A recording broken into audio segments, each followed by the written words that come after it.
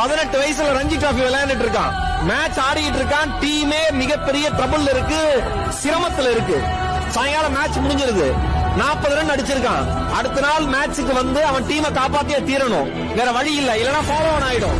என்ன பண்றதுனே தெரியல. அந்த இளைஞன் வீட்டுக்கு போயிட்டான். அன்று இரவு அவனுடைய தந்தை மாரடைப்பால் இறந்து போகிறான். விடிய விடிய கனவு கண்களை திறந்து வைத்தபடி அந்த இளைஞன் யோசித்துக் கொண்டிருக்கிறான். விடியட்டும் என்று காத்திருக்கிறான். காலை விடிந்தவுடன் முதல் முறையாக முதல் தொலைபேசி அழைப்பாக தன்னுடைய பயிற்சியாளருக்கு கோச்சுக்கு கால் பண்றான். கோச், அப்பா தவறிட்டாங்க.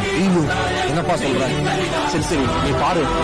இல்ல கோச், டீம் சிரமத்தில் இருக்கு. நான் வந்து விளையாடி கொடுத்துட்டு டீமை சேவ் பண்ணிட்டு மறுபடியும் நான் வந்துடுறேன். அம்மாட்ட சொல்லிட்டேங்க. அதே மாதிரி அந்த பையன் மேட்சுக்கு போறான்.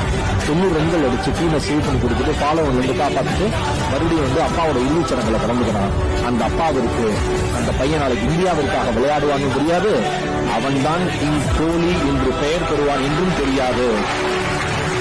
இன்னைக்கு விராட் கோலி நாம எல்லாம் கொண்டாடுறோம்.